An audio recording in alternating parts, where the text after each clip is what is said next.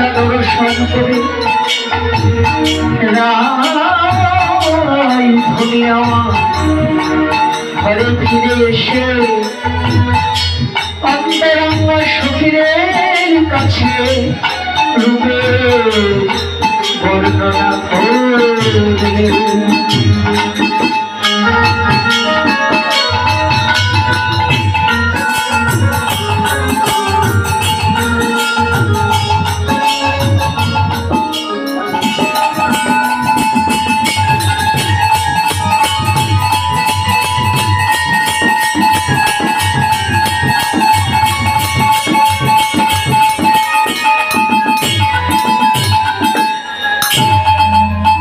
রূপের বর্ণনা করলেন রাধারানী সখীদের কাছে। রূপ শুনেছেন তো? অনুরাগ শুনেছেন? অনুরাগ এর আগের পালা ছিল রূপ অনুরাগ।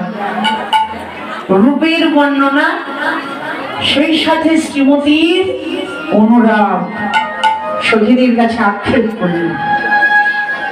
যখন আক্ষেপ করলেন, আগের লীলাতে বলেছি প্রত্যেকটা লীলা, এই যে অষ্টকালীনের কীর্তন, প্রত্যেকটা পালা একটা পালার সাথে আর একটা পালার সংযোগ।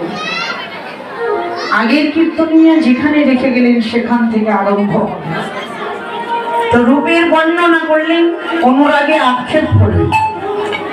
একবার ললিতার গলা, একবার বিশাখার গলা জড়িয়ে কাঁদছে। সখীগণ বললেন, রাধে ঘরে বসে কাঁদলে কি আর হবে রে? ঘরে বসে কাঁদলে কি আর হবে? ঘরে বসে কাঁদলে তো তুই কৃষ্ণ সঙ্গ পাবি না। কৃষ্ণ সঙ্গ যদি পেতে